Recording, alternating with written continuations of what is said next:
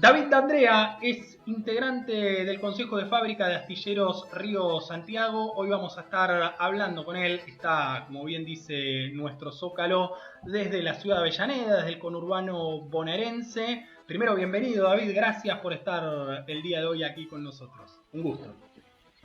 Muchas gracias, muchachos. ¿Cómo están? Muchísimas gracias por el espacio. Y bueno, vamos a estar hablando un poquito de la realidad naval, industrial y de la soberanía argentina. Temas importantes para tratar, ¿no? A lo breve. Tal cual, tal cual. Bueno, si te parece, como para las personas que están un poco desactualizadas de lo que está sucediendo actualmente en Astilleros Río Santiago, si vos me tuvieras que hacer un breve resumen de la situación, ¿cómo lo encararías? Bueno, nosotros como Asociación Libre del Pueblo, Organización Libre del Pueblo, integrada por compañeros que trabajan tanto dentro de la fábrica como afuera, estamos muy preocupados por la situación que atravesamos industrialmente en general en el país y sobre todo en instalaciones históricas industriales como el astillero Río Santiago. Recordemos que es el bastión de la resistencia a la privatización en los años 90, es la única empresa estatal que queda 100% estatal. Perdió ferrocarriles que fueron privatizados, Elma quedó destruida, Segua, YPF, todo el Estado empresario argentino es derrotado políticamente por el gobierno del menemismo y el astillero queda vivo con una lucha muy feroz, resistiendo la capacidad industrial de la Argentina. Y es un emblema del trabajo y es un emblema de la argentinidad. Y hoy se encuentra en un estado de parálisis muy fuerte, en el cual necesitamos una política realmente agresiva para la reindustrialización de la Argentina. Por eso nosotros tenemos presentado lo que es el Plan Naval Argentino, conformado por un cuerpo de dos proyectos de ley: transporte por agua con reserva de carga y Fondo de Desarrollo de la Industria Naval Nacional, que son las leyes que salieron de la fábrica, traspasaron las barreras de la fábrica e intentan imponerse como agenda política y unidad programática del campo nacional y popular para poder ejecutar una política programática clara que reserve un mercado cautivo para los fletes de bandera nacional y que con esa caja que hacemos reservando el mercado, cobrando un 2% a la actividad de la navegación, nosotros podamos realizar un fondo de financiamiento para volver a fabricar buques en el país. A todo esto, esto está en estado parlamentario, actualmente presentado por la diputada Magdalena Sierra y firmantes y 8 diputados firmantes más. Y también hay un tema central que atiende hoy específicamente al astillero, que es la ley 26.776, que es el cruce por aguas argentino. Bien. Nosotros, como argentinos, si queremos trasladarnos a nuestra isla mayor, y lo que nosotros pensamos que debe ser la Argentina del siglo XXI, el territorio geopolítico central, queremos pasar a la isla de Tierra del Fuego, tenemos que pasar por Chile. Tenemos que hacer un cruce terrestre saliendo del país y utilizar un servicio de balsa, comúnmente llamado balsa, pero son buques roll-on, roll-off, para poder hacer el paso. Esto es una desunión geográfica y política territorial muy desfavorable para la Argentina, y esta ley, promulgada en el 2012 por la expresidenta Cristina Fernández de Kirchner, en su momento con ministro de Economía, actual gobernador de la provincia de Buenos Aires, Axel Kicillof, el cual creó el fideicomiso que se le asignó 100 millones de pesos para la creación de estos buques. Este proyecto de cruce por aguas atiende directamente la emergencia que el astillero Río Santiago hoy está viviendo, porque el astillero realizó el estudio para poder presupuestar y presupuestó la fabricación de los 2 buques Roll-on-Roll-off que necesitamos nosotros. Bien. Entonces, atendiendo esa ley, hoy, con un poco más de centralidad, basándonos en eso, más que en el plan naval, que obviamente sigue en discusión e instamos a que se discuta en el Parlamento, necesitamos que el astillero vuelva a fabricar y se encargue de esos 2 buques Roll-on-Roll-off que hoy, digamos, como que las voluntades políticas tienden más a querer importar un buque usado que a fabricarlo en el país. Bien, está clarísimo el panorama de lo que nos contás, David. Realmente, bueno, sumamente interesante por esto que hablábamos al principio. Son temas que no están, lamentablemente, en agenda en estos momentos y que tienen que ver con nuestro desarrollo futuro. Hay un concepto que a mí me gusta y creo que a los muchachos también, que tiene que ver con la soberanía logística de la Argentina. ¿Cómo podrías desarrollar un poco ese concepto tomando en cuenta todo esto que venimos hablando previamente?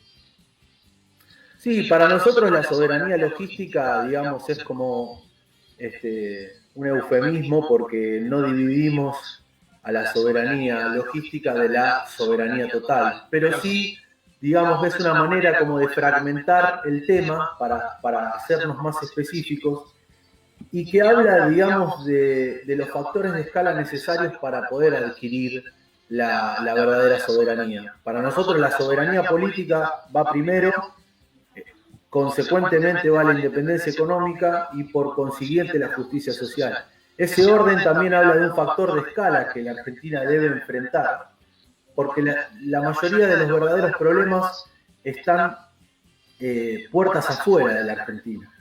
Hay un diseño geopolítico para que la Argentina no crezca, a partir, claramente lo podemos esto distinguir a partir de los acuerdos de Madrid, donde el Atlántico Sur pareciera ser una especie de territorio lejano, medio regalado de la Argentina, y en realidad es un territorio central para el alimento de la proteína animal del siglo XXI, para los pueblos argentinos y de la patria grande, y sobre todo por el control de los pasajes naturales que son parte de las rutas mercantes del mundo, como el Estrecho de Magallanes, en contraposición al Canal de Panamá para poder acceder de un océano al otro. Lo que propone el cruce por aguas no es solamente tener una unión regional dinámica, sino que el estrecho pase a ser un área de desarrollo logístico donde se pueda dar amarra a buques de prefectura, buques de la Armada, cisternas de YPF, y eso empiece a desarrollar porque automáticamente ya con lo que es la obra de la construcción de los 2 puertos, en Cabo Espíritu Santo y Cabo Vírgenes, ya eso se lleva a 24.000 puestos de trabajo. Nosotros tenemos que tener una centralidad puesta en el trabajo y eso es atender el déficit que tenemos hoy de desocupados en la Argentina. Absolutamente. Es una obra bastante sencilla porque es con gaviones, que son bloques de piedra, porque lo que necesitamos hacer es una especie de reparo a la gran correntada, y estos buques Roll-on-Roll-off podrían hacer el cruce perfectamente. Entonces, esto de soberanía logística atiende a estos factores de escala donde las multinacionales agreden a la Argentina y controlan los demás eslabones estratégicos de la economía.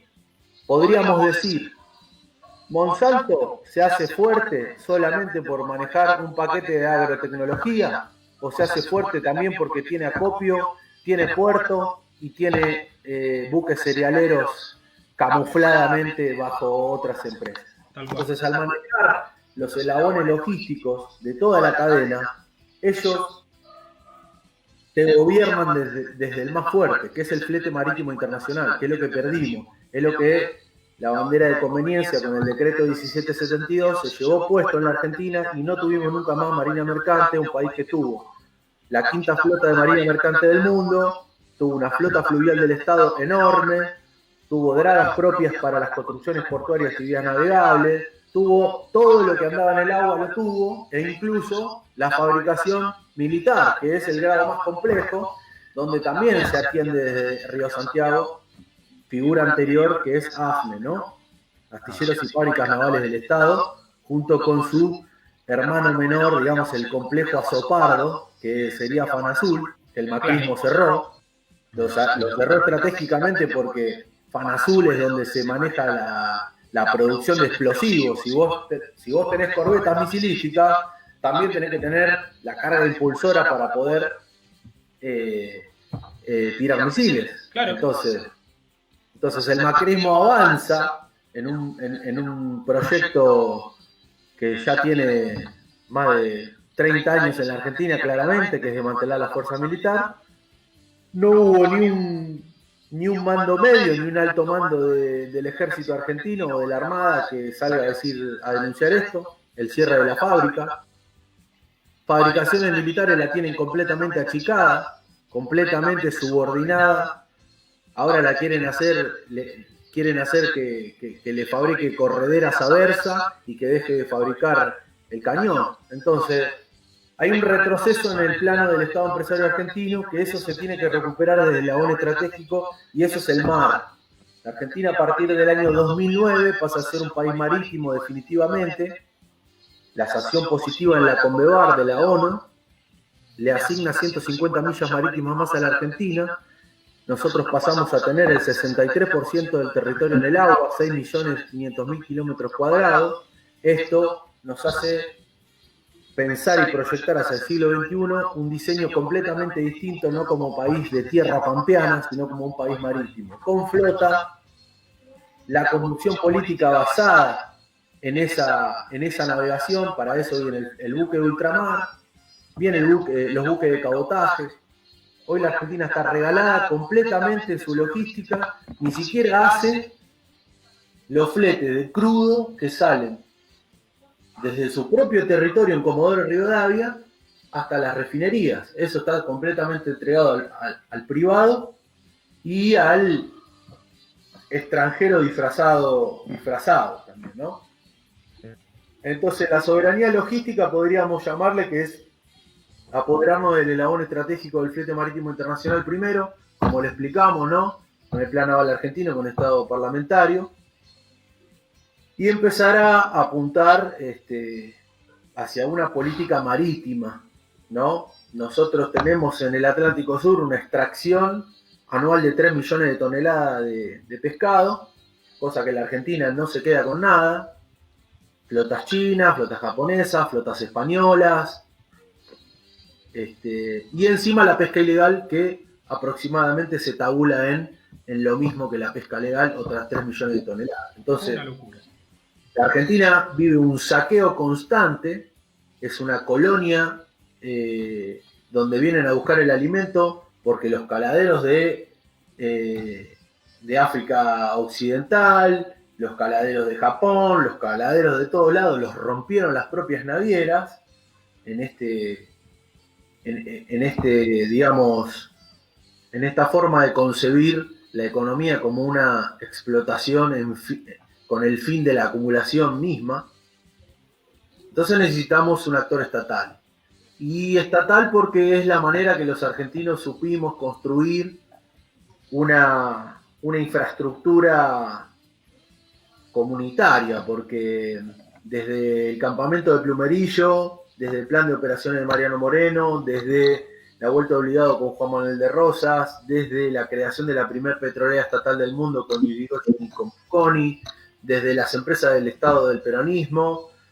Esa es nuestra manera antiimperialista de concebir el ordenamiento material del país en base a un esquema de producción, porque atendemos a este equilibrio peronista, a este pachacuti, si se quiere decir, del peronismo, que es cada quien debe producir por lo menos lo que consume, y donde hay una necesidad hay un derecho. Entonces esa balanza que se equilibra en ese punto medio es: el que no tiene trabajo lo vamos a amparar, lo vamos a cuidar hasta conseguirle un trabajo, pero también tiene esa obligación de producir por lo menos lo que consume. Entonces tiene que haber un rediseño general de la Argentina del siglo XXI y eso está mirando al mar y está mirando a la logística entregada en los años 90.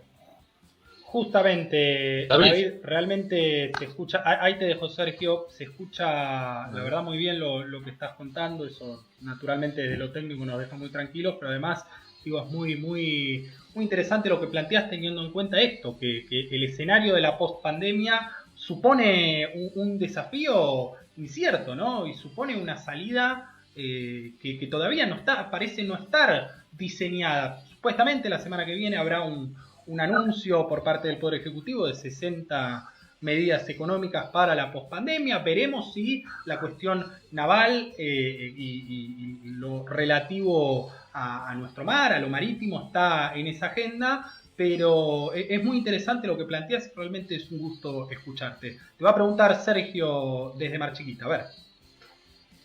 ¿Qué tal, David? Te quería preguntar, porque la verdad que toda la explicación que diste y todo lo que fuiste desarrollando, uno no encuentra dónde apoyarse para no ir a favor, digamos, de lo que ustedes están luchando. ¿Qué excusas te dan desde el poder político, desde los sectores que no quieren que esto se lleve adelante? Con respecto a toda la explicación que diste, que es clarísima, porque habla de creación de puestos de trabajo, habla de un crecimiento económico partiendo desde el desarrollo de esta industria, habla de una situación, digamos, que es muy positiva para el conjunto del país. ¿Y cuáles son las excusas que les dan a ustedes para no llevar adelante estos proyectos que ustedes realizan y vienen trabajando? Nosotros, con nuestra militancia del Foro Naval Argentino, con el Consejo de Fábrica, con la Agrupación Social 21, contamos una anécdota que tiene que ver y pasó en el astillero Río Santiago, y fue cuando la fábrica consigue los contratos para los dos buques producteros para PDVSA de Venezuela. Claro. Viene el entonces presidente Néstor Kirchner a la fábrica y los compañeros, bueno, viste cómo es el peronismo, los compañeros, en un momento vos te lo cruzás, viste, Néstor, y ahí saluda, se cruza con uno, se cruza con otro, y uno de los compañeros le pregunta, Néstor, ¿qué pasa con las leyes? ¿Qué pasa con nuestras leyes? Por FODIN y reserva de carga, ¿no? Claro. Y Néstor le dice, de la boca al presidente de la nación, dice, ustedes milítenlo en la calle, nosotros estamos haciendo lo que podemos desde adentro. Hay valijas de guita en contra de sus proyectos. Entonces, que diga eso el presidente de la nación en el medio de la fábrica, de boca de él, a los compañeros, habla de que un mercado anual de 7.000 millones de dólares, como es el flete marítimo internacional, tiene muchísimas valijas para repartir y mucho lobby para hacer adentro para poder frenar estos proyectos. No te lo van a decir así como lo dijo Néstor en su momento, pero es un poco lo que uno huele porque algunos no se quieren fajar con el poder real. Porque el poder real no es solamente la radio y la televisión. El poder real es el barco, es el tren, el poder real es el mercado internacional, el comercio exterior, donde nos invaden con productos manufacturados en el exterior. Y esto es un diseño geopolítico que desde Yalta en adelante, los países centrales se ordenaron y se repartieron los mercados internos de los países subdesarrollados. Entonces acá el verdadero conflicto es quién fabrica. Acá el verdadero conflicto está en las horas hombre acumuladas en la producción de un bien. Aparte de quién controla esa logística, ¿no? Entonces las excusas son un poco siempre las mismas. No, bueno, esto es muy grande. No, bueno, a este proyecto le falta una bandera y haces un país. No quieren dar la batalla porque realmente son soldados que se vencen antes de ir al frente.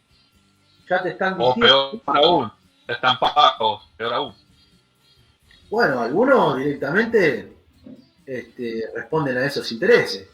Si hacemos un listado de diputados, encontramos al sector de la sociedad rural de la Argentina metida fuertemente. Entonces, la sociedad rural argentina, que son los empleados de esto, porque en realidad lo que manda es el mercado de Chicago, el que dice cuánto va a valer la tonelada de soja es el mercado de Chicago, por eso le hicieron ese golpe de mercado a Kicillof, y pasó a valer de $550 $350 a la tonelada en 2 días.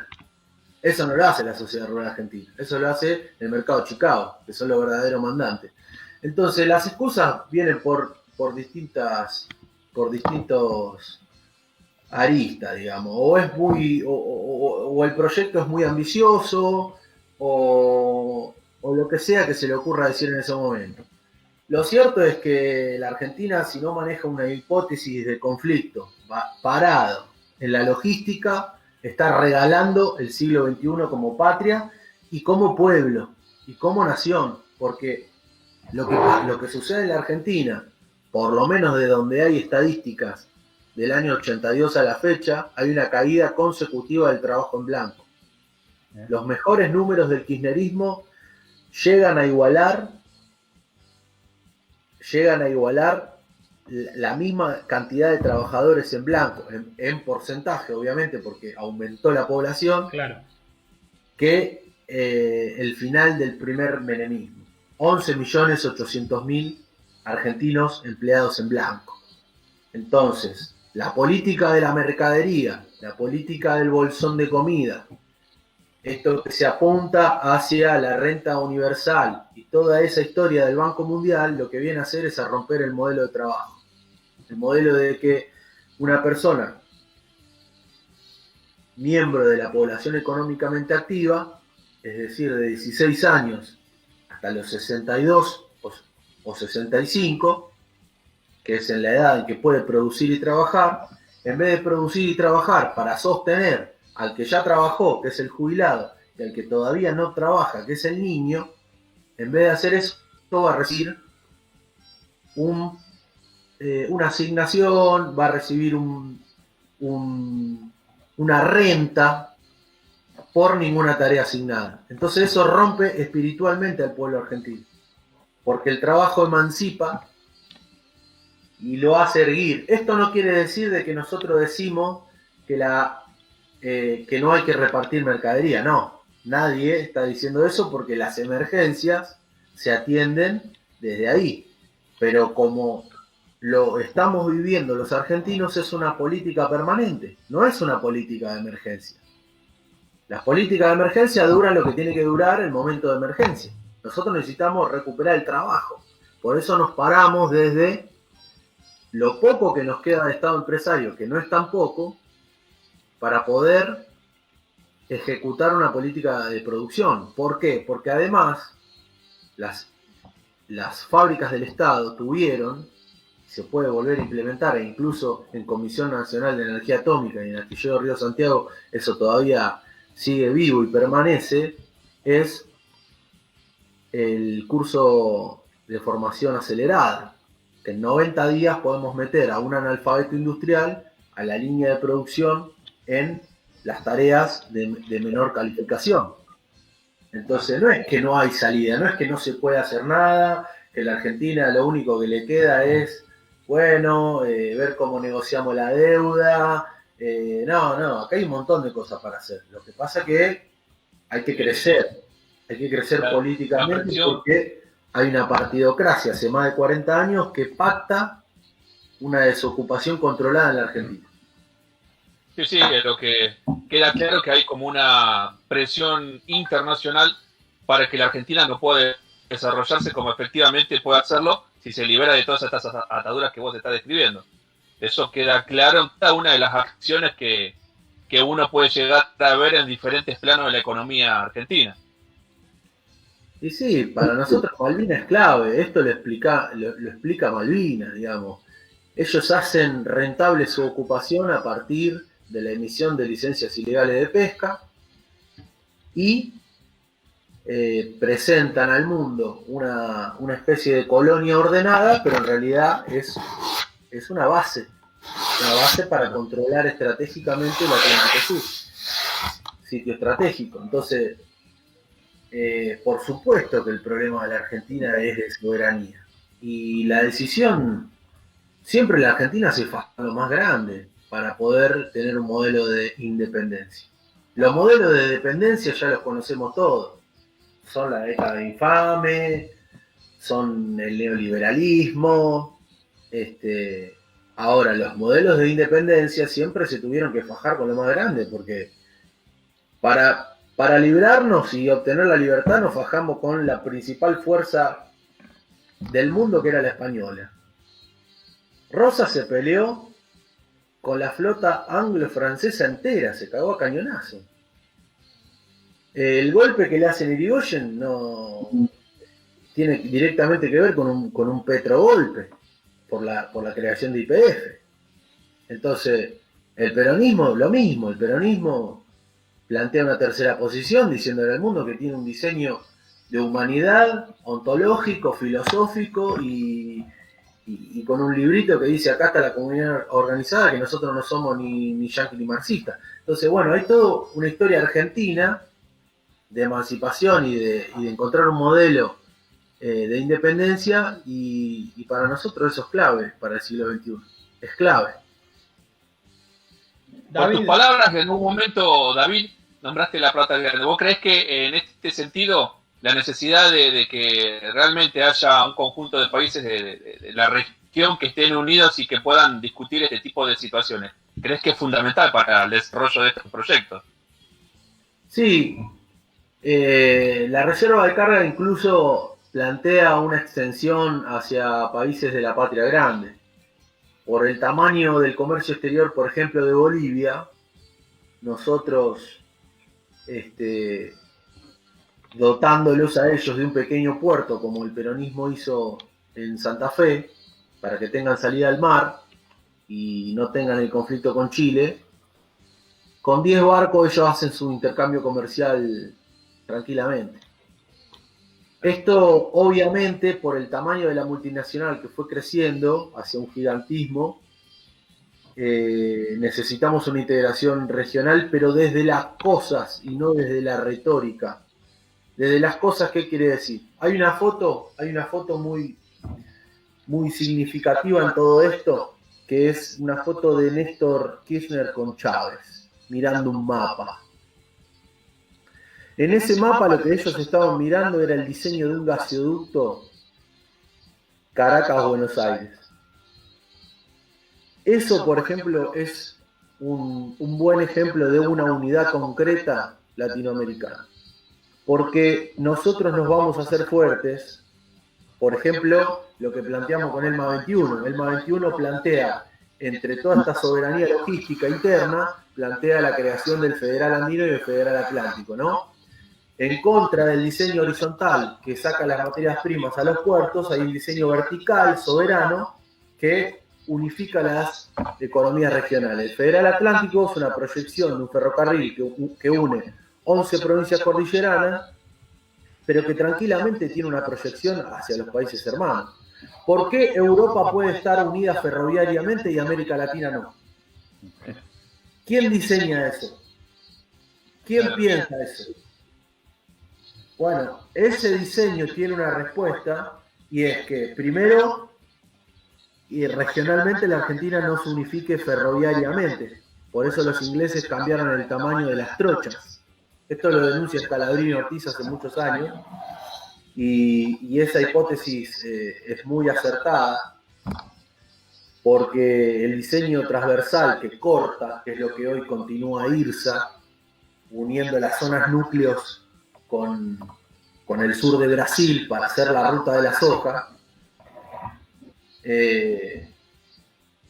por supuesto que necesitamos una unión latinoamericana, pero va por ahí, va por la unión verdadera industrial. No le da el factor de escala a Bolivia para industrializarse. Tuvo Evo 4 mandatos y recién en el cuarto habían podido adquirir transferencia tecnológica nuclear y transferencia tecnológica siderúrgica. Ellos querían tener sus altos hornos. Evo quiso hacer el plan sabio. Evo quiso entrar a la década del 50 de la Argentina, tener su alto horno, cosa que nos robó a nosotros Paolo Roca. Sí. Yo creo que esta situación que vos dejás Sí. Y creo que de alguna manera también lo que hace es darnos más pistas del por qué fue por qué lo echaron así a Evo el año pasado, teniendo en cuenta que esto que decís vos tiene que ver también con que Bolivia había adquirido la posibilidad de hacer el ferrocarril que unía Brasil, pasaba por Paraguay, Bolivia, y incluso había planes de que pase también por Argentina y por Chile. Esta situación me parece que lo que hace también es demostrar que está evidente que en el plano internacional siempre hay una lucha para que estos países nos crezcan y no terminen de unirse, ¿no? Sí, y sobre todo el ensañamiento es con la Argentina, porque fue el país que por sus características, por la conformación como pueblo, la Argentina es un país que todos los que vinieron y los que se mezclaron y nos mezclamos, no nos separamos por la procedencia de la que veníamos. No se hizo el barrio italiano, acá somos todos argentinos. Ese crisol de raza que es la Argentina también es un crisol tecnológico, y por eso la Argentina pudo sustituir importaciones y iniciar ese fenómeno único en Latinoamérica. El nervio industrial argentino fue tan bueno que logró una producción autóctona, incluso, por ejemplo, de automóviles, con la industria liviana, el plano máximo de la industria liviana con Yame, con la fabricación de rastrojero, de moto Puma, de tractor Pampa, bueno, todo eso era 100% argentino, bajo licencia de la parte más complicada de motores, de Volkswagen, ¿no? Pero nacionalizándolo, obligando a la firma a decirle, no, señores, ustedes quieren fabricar vehículos en la Argentina, tienen que fabricar el motor. No, pero sí, pero no, si no fabrican el motor y la caja, fuera de acá, me busco otra empresa. Ahí es cuando la agarra Perón a Kaiser.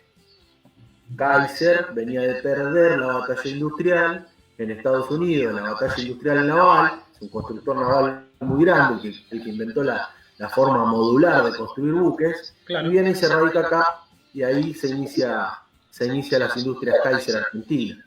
Entonces, el soldado más fuerte industrial de la patria grande es la Argentina, y necesita pararse para conducir ese proceso de los demás países de la patria grande, que son chicos en el factor de escala, mercados internos más chicos. Estamos sacando Brasil, porque Brasil es un caso aparte, porque Brasil propone un modelo de economía anexada a los intereses estadounidenses.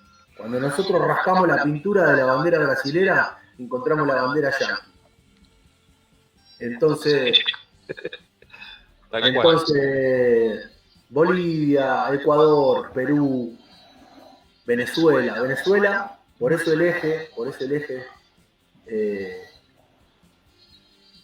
Caracas-Buenos Aires, ¿no? El eje histórico. Venezuela también es un país con el factor de escala como la Argentina, no con tanto nervio industrial, pero tiene también buena producción, no solamente de petróleo, sino de acero, aceros del Orinoco. Es 4 veces más grande de lo que es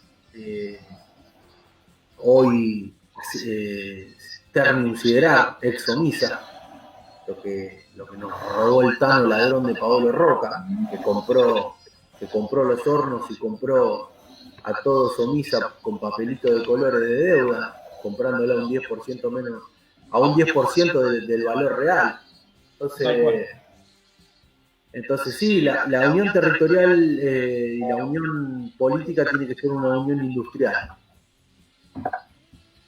David, la verdad impresionante, bueno, más de 35 minutos de charla, de debate, estuvo muy bueno, espero que lo hayas disfrutado, digo, por ahí a veces siempre uno termina llegando a la conclusión cuando se dan ciertos debates que pareciera que el destino de la Argentina es incierto, y la verdad que no en un panorama mundial, repito lo que decía antes, en el cual está todo en discusión, creo que es viable plantear estos debates, que estos debates se den, digo, más allá de que estén las valijas con guita, más allá de que esté la geopolítica mundial de por medio, creo que la Argentina puede obtener resultados mirando hacia esos horizontes. Así que un gustazo, Te mandamos un gran abrazo a vos y a todo el Consejo de Fábrica de Astilleros, a todos los trabajadores y trabajadoras de Astilleros Río Santiago. Y espero que en unos meses hablemos nuevamente y tengamos otro panorama un poco más optimista y alentador. El placer es mío, muchachos. Cuando quieran, estamos a la orden. Tanto el Consejo de Fábrica como Social 21, como el Foro Naval. Estamos a la orden para hablar de estos temas porque es lo que militamos. Les mando un abrazo grande y estamos en contacto. Muchas gracias. Gracias a vos, viejo. Un abrazo. Un gran abrazo, David. Escuchábamos a David D'Andrea, integrante del Consejo de Fábrica de Astilleros Río Santiago.